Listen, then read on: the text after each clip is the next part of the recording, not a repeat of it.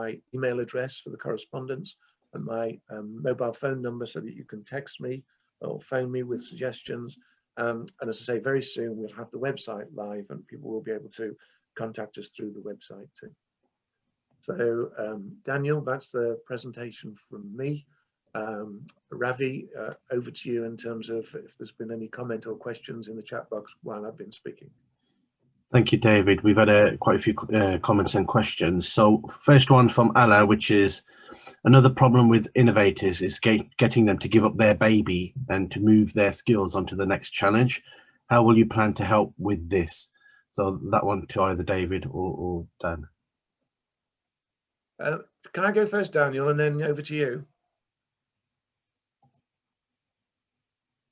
Yep. Yes, of course, please do. Okay, here I go then. So the last time we had a conversation, Ala, with the Department of International Trade, and this is about equipping their representatives overseas with the facts about the health technologies cluster in the West Midlands in order to attract inward investment, was that we do have some very definite advantages in terms of digitalization. We've got medical devices, and we've got a very strong database that we can give people access to. And for all of those to stack up as an offer to the outside world, we do need to be more collaborative inside the region. So people who've got ideas and they're jealously guarding them, I mean, obviously, as I say, we can give help in terms of intellectual property protection from the beginning, but they will need help to develop. And I think the way Daniel described how SCC can help absolutely illustrates the advantage to be had from sharing the idea and joining with others in order to promote something where you've got an idea. So I think for people who are worried about giving up control, losing control, giving an advantage to competitors before they're ready to go with an idea themselves, I think what we've got to do is win their trust. And the cluster organisation will be nothing if it's not trusted by its members and by its community in the West Midlands on what it says it can do and what it can deliver.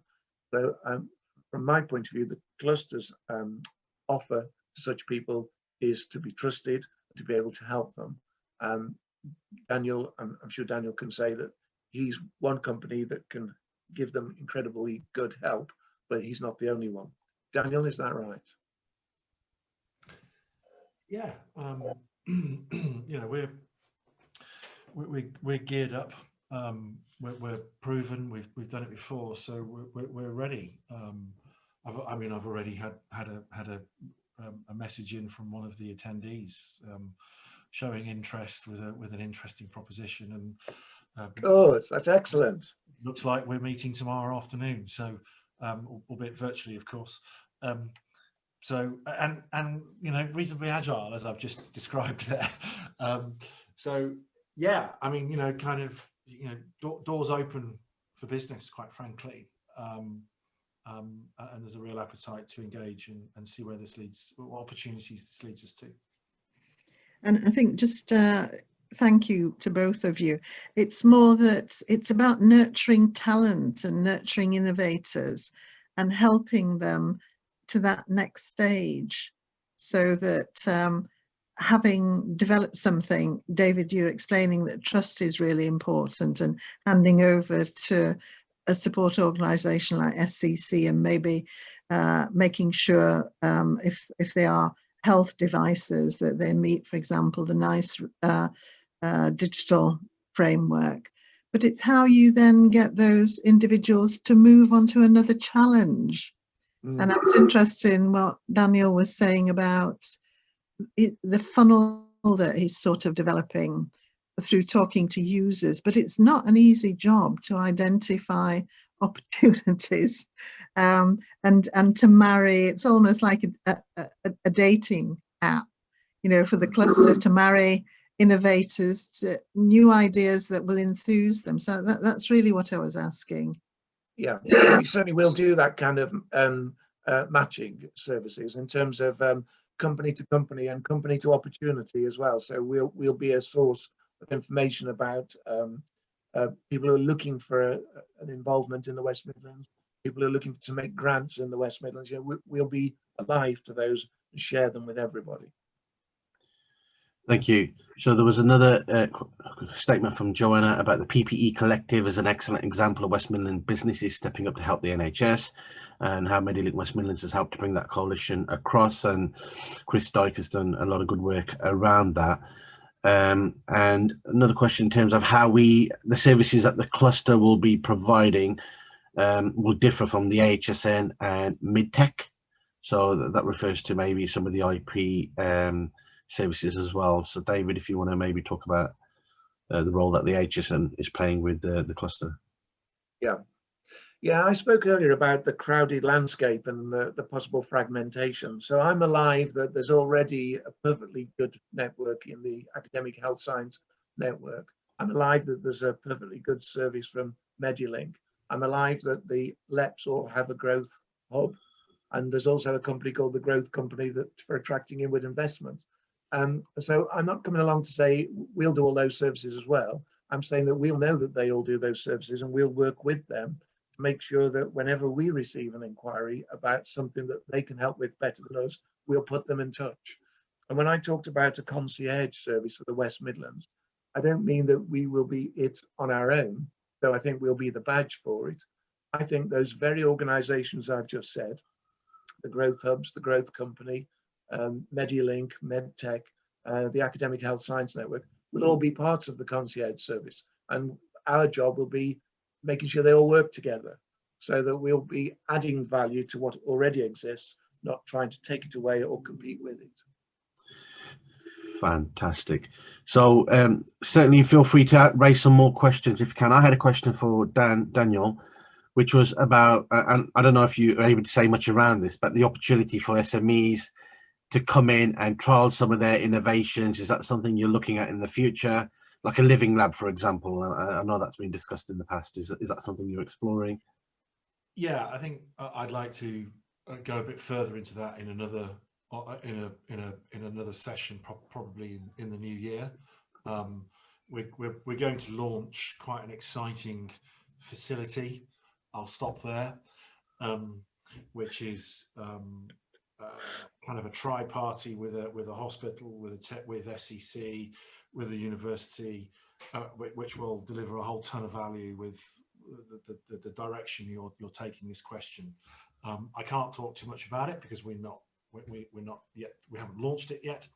But yeah, absolutely. So we see a strategy where we can find a space to nurture, to test, to prove technologies with equal amounts of input from operational hospital, tech company, academia, with potential investment possibly.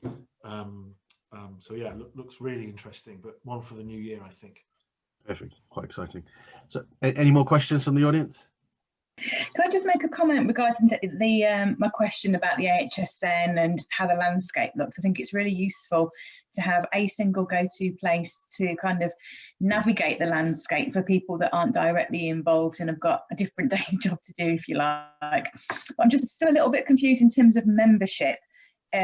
Would we be, so I'm from Coventry University, would we be a member of the cluster as well as the AHSN? Can you just clarify it for me in terms of where we go for what? Yes. Okay. So we will be seeking membership from companies and universities and some other organisations, and ask people to pay a membership fee for being a member, and then have access to all the services I've just described. And yes, we would very much welcome Coventry University as a member. So you'd be a member of us as well as the Academic Health Science Network. But as between us and the Academic Health Science Network, there's going to be a link. Can't tell you the precise details of the link yet. It might be a strategic partnership, might simply be a memorandum of understanding or whatever. But we'll have a link with Academic Health Science Network so that we both know what each other are doing. We're both able and content to share opportunities with each other and pass people from one to the other where we know the other one can help better. So we will do that. MediLink in particular, if you don't, I mean, you haven't asked about MediLink, but let me just mention MediLink because they do have a membership model, the same as we're ticking to have. And we will be in similar territory. So I've spoken to Medilink about whether our long-term ambition oughtn't to be that we share the same membership, and we share the membership fees from the people who are members of both. And that's an ambition I've got that I think they're open to talking to me about going forward. So where possible, we'll try to rationalize things that already exist. But where there's a purpose for both, they'll both still exist, but we'll make sure that the links between them are good so that we don't lose people through the gaps. Okay, thank you. So it's still in progress and really in terms of who's going to provide what and what the membership, how the memberships will differ. You still when I write my business plan, it's going to have to be a bit more definite than today. But as I say, I'm talking to people like Medilink, to the Academic Health Science Network, and others about our arrangements going forward. Sure, thank you. I think our aim is that if we're successful, it doesn't really matter who you ask. You'll always get an answer, a consistent answer, which is not dependent on who you asked. And I think one of the things behind the establishment of the cluster was that it was an independent organisation. So its primary function is to signpost people to the most appropriate place, and where there's a gap, fill that gap with a new service. And that might be around advocacy or whatever, which is one of the things that was identified in the last roadshow as a particular gap. But I think we've talked about front doors and portals and shop windows and all that for donkey's years, and we've never really managed to do it. I think our aim is that the cluster will be such a doorway, and it's a two-way thing, so people can look in and see what's here, but we also have a mechanism that we can tell the world about ourselves, so it's outward facing as well. But it has to be truly collaborative how it distributes those inquiries, that it goes to the most appropriate place, and that there is a shepherding system or a concierge service that supports people navigating the system, because Lord knows I do this for a living and I can't find my way around it on a regular basis because it's so complex. So that's the space to will fill. Excellent. I think that touches a bit on Ala's question, which is, can you expand on the concierge role model, first point of contact? Yeah, I'd not heard that phrase before, Paddy, so I wasn't sure, what that means. The role of the concierge is normally to collect your parcels, isn't it? Actually, it came up, it was created in a meeting last week. So you may be aware that the growth company bid to the Department of International Trade for one of these high potential opportunities programs, where basically the DIT work with a particular region to try and define its offers so that DIT can sell it more effectively overseas. So it's a competitive process, and I helped write the application earlier on in the year, and that was successful, and it was great. But we had on the call a whole load of DIT people, all different shapes and sizes, people from within the UK, based in London. There were people who had offices out around the world. And one of the things that was mentioned was the number of times that inquiries get passed into the system and then just disappear like fog. So Uni, who's our contact at the growth company, may receive an inquiry from a company who's expressed an interest in relocating to the region. She will mail it out or go to the contacts that she's got. And if that's not picked up and run with, it sort of fizzles away. What we need is that inward investment is a very personal business, is the impression I get. And there's lots of hand-holding and organising meetings and traipsing around the region with them.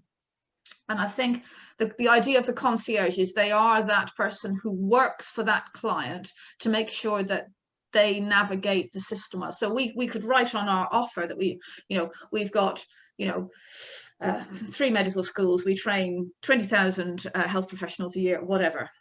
So, and the company might say, so what does that mean for me? Who do I talk to? The role of the concierge is to enable that person to talk to the right person at Coventry University or Wolverhampton or Warwick or whatever, or to talk to the AHSN or Midtech about IP or Medilink about device regulation. It is that personal service to help people navigate the system properly. And that's where, and concierge was just a shortcut phrase that we came up with in that meeting. That's where it came from. That's it. That's quite an expensive service to set up, though, if you're going to provide it to a sort of high caliber, which goes back to David's funding model, doesn't it? And do you see your strategic partners, David? You said that strategic partners might provide resources in kind, as it were. Do you see them having a role as part of Yes. this?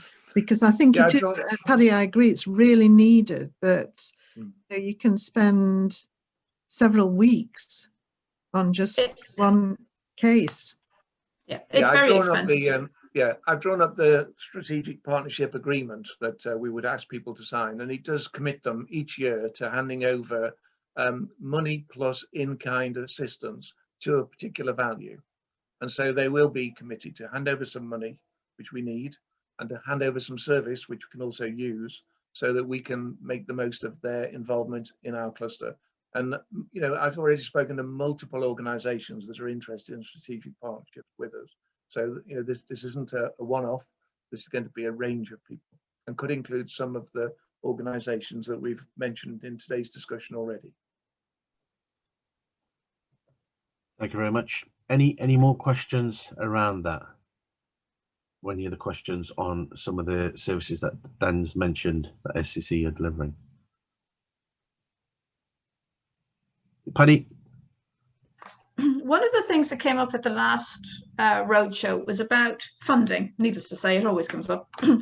But it was interesting because it wasn't about funding for proof of concept. It was about funding for the next stage. It was about scale and evidence bases and the like. Does this group feel that that's a gap in our current provision? From my view, I think it certainly is. I get approached by universities and colleagues working across the West Midlands seeking funding and avenues for funding for second stage. So they've had a proof of concept, they've got a great idea, but it's taken it to the next level. And so it pinpoints to the ecosystem and possibly a role that the HTC can play in drawing partners together and maybe accessing funding.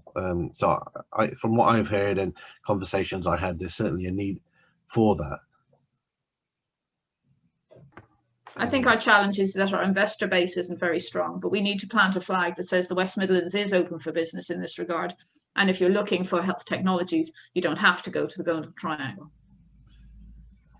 Yeah, I have to say, Paddy, hi, it's Jo here from Medilink. We do find the businesses that we work with, you're quite right, companies, they're very innovative, early startup, they get to, you know, 5 to 10 employees. And it's at that point that they say, well, how do I now scale it up to get to 50 employees? And it does appear to be, yes, there is a gap there, I would say as well, just to assist with that next stage, because they get the investment early on, of course, they get up to that nice sort of micro-sized company. And from there, the challenges begin, and whether that is in terms of just funding, I think also in terms of it's mentoring,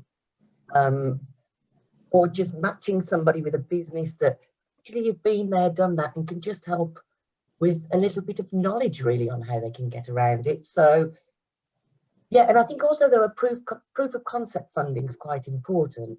There's not as much around as there was a while ago. And we were talking earlier about that fast fail. And of course, to allow companies to do that fast fail, they need to have proof of concept. Will it work? Will it not? So I wish I could say there was just an easy, this is where the support is needed. Yeah.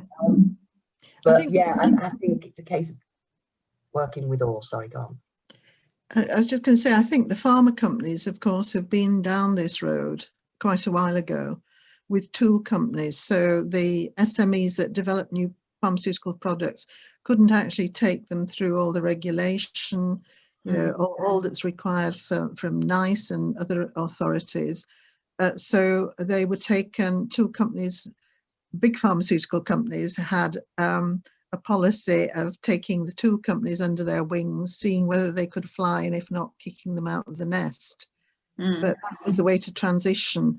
And of course, with digital now, NICE is getting its head around that. So I think there will need to grow some kind of element of support like that. And on David's list, there was no mention of cost effectiveness. And I think, you know, many companies are able to produce what I would call marketing material, but not actually the kind of analysis that NICE would want, for example, in order to be able to recommend something in health. And it's actually easier to get into the private home market because than it is to get into health, and probably somewhere in between to get into the care market as well, because there's less regulation there. But it's all about delegation and who takes responsibility for what, and whether or not the companies are liable with AI for things that go wrong. So I think there's a really fruitful area here. There's certainly plenty to do. Exploring and putting in Christmas cracker mottos. I was going to say there's some really good suggestions there, the cost analysis and mentoring and coaching. Thanks for that, Joanne. I've seen some other cluster areas doing that as well. So I think we've got a couple of minutes left. So unless there's any final questions that anybody wants to ask our speakers, I will hand back over to Daniel for him to summarize and to close the meeting. Are there any more questions? No, so I'd like to invite Dan back onto the stage, please, Dan. Oh, thanks everybody. Yeah, really useful. I think, I don't know, Paddy, what are the plans for the forthcoming dates for road shows and other announcements? What's on the radar, and what can we look forward to? I think David might be better placed to do that. But the road shows, we've got one. We've run one on Wednesday, and the next one is 18th, 25th, 2nd, and 9th. And the purpose of those is really to test out these ideas, and as David said, to encourage you to say, yes, we think these services are right or not, or there's something missing, and what you think about the membership structure that's been produced. But what we're doing, I think our focus now is compiling this information into the business plan, because we have a go no go decision point on that.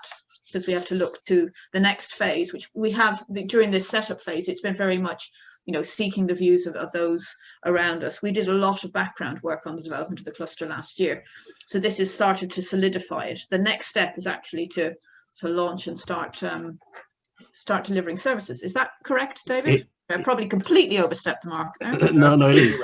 And I was going to add that we've got roadshow meetings in Staffordshire Uni, and a lot of the work they're doing around there. We've got one with Coventry Warwickshire Hospital Trust, and also with WM5G, looking at the opportunity of 5G.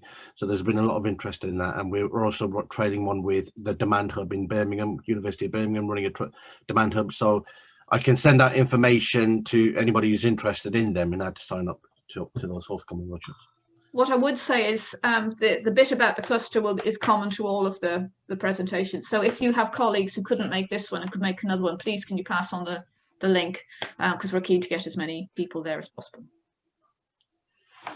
Is there anything to add, David? No, I think we've covered everything today. It's been a really good discussion between us all. Really interested in Daniel's new project that he's been dancing around during today, because he hasn't launched it yet, but it's coming soon, and we'll all be watching out for that now. And I'm just really grateful to everybody, and just remind you, you can still send ideas and suggestions to me after today. Excellent. All right. Well, thanks everybody. Looking forward to the next one.